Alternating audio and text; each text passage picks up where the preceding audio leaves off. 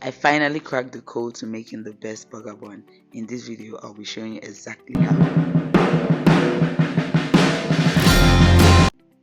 So to begin, we need flour, we need yeast. We'll also be needing a lot of egg. I have about 9 eggs here, but we're not using all. And some sugar, some milk powder, some salt, some margarine, and of course sesame seed, because what a burger bun without sesame seed, and also warm water. But first, before we begin, let's measure out our eggs.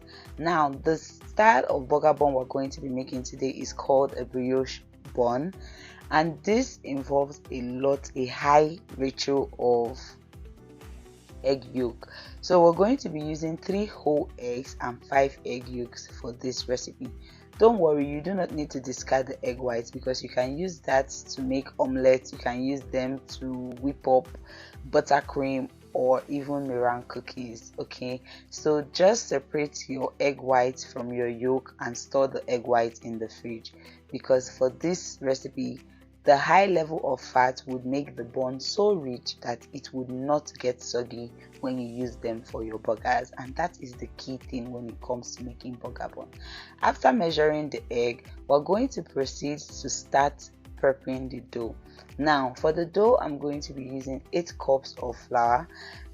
We're going to make a well in the middle and then add all the dry ingredients right now, starting from the milk and the sugar, and I'm using 8 tablespoons of each and 2 tablespoons of instant dried yeast. You want to mix the whole dry ingredients together thoroughly before moving along to your wet ingredients, so that you do not have occasions where you have lumps of sugar when you start kneading this dough. So after that, I'm going to be pouring in 2 cups of warm water, lukewarm water. Once you can be sure your fingers can stand the temperature of the water, then it's good for this. After that, I added the eggs and half of the margarine that we're going to be using, and also the salt. Now don't worry, all the ingredients and measurements will be listed in the description box below, so be sure to check that out for accurate measurements. And then I started by whisking, or rather stirring this all together slowly from the middle, just so that I can break down the egg yolks and mix them properly with the water before engaging all the ingredients together. So you want to mix this into a shabby looking dough first before transferring it onto your work surface.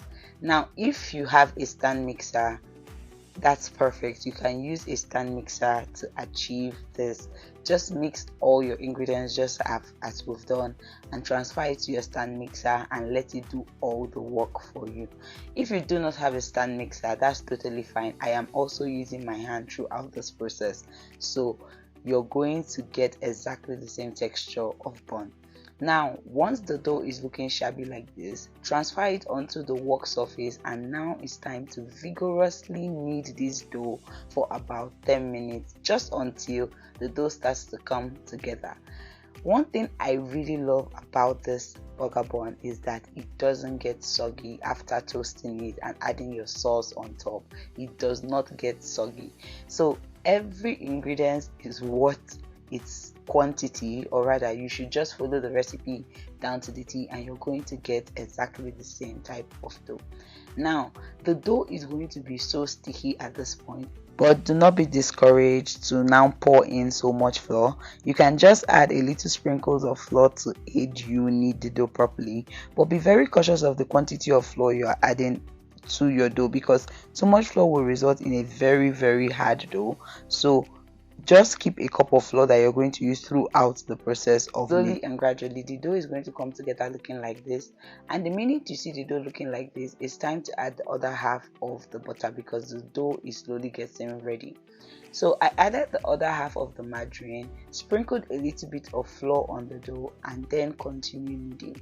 Now my goal is just to knead this together until the butter is totally incorporated, like totally incorporated, to make sure that there are no sides where there are lumps of butter or anything like that. And this took me about an extra 10 minutes, so a total of 20 minutes is what it took for me to make this thoroughly. I know it may be sounding like a lot of time, but if you want to activate the gluten in your flour, it will definitely take that long for you to generate as much warmth and stretchiness for the gluten to be activated.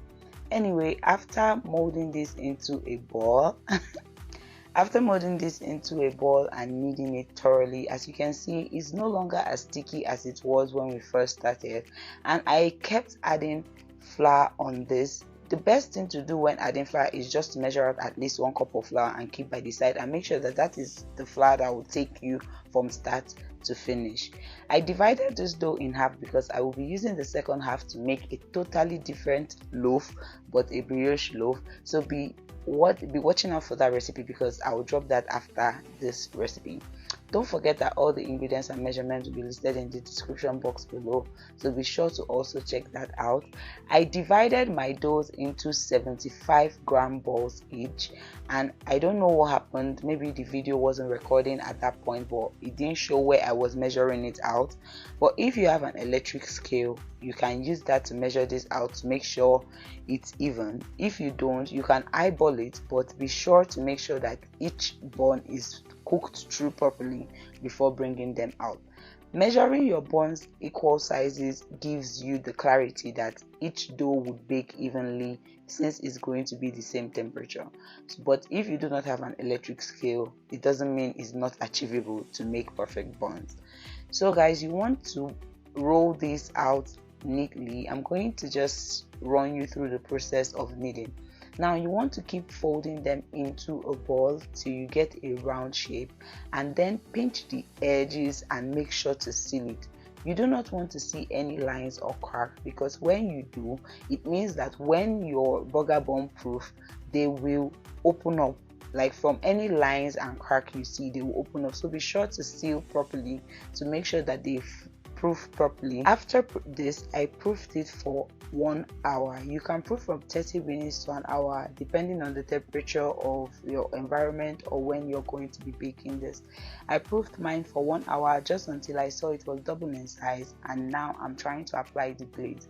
For the glaze, I'm using egg yolk, half of an egg, but the whole egg yolk, and then I added a little bit of water just to thin it out a little and make the application process more stress-free. I apply this on my buns, all the buns. It's totally optional to do this, by the way, because you can choose not to and then apply butter after baking.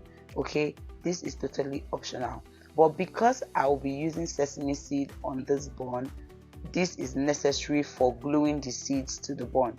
If you don't do this and you apply and you pour the seeds on the bun, they are not going to stick, and even after baking they will still not stick.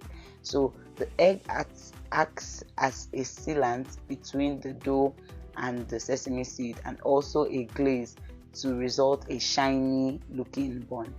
After that, I transferred that to my already preheated oven and baked it for 15 to 20 minutes until it's golden brown like this. Now guys, just take a minute to appreciate the beauty that stands before you.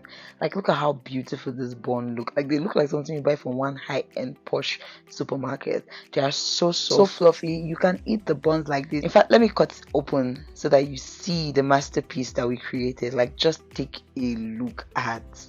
I can't wait for you to try this. If you found this video helpful, don't forget to hit the subscribe button and also share and tag me in your videos. I can't wait to see you in my next one. Bye.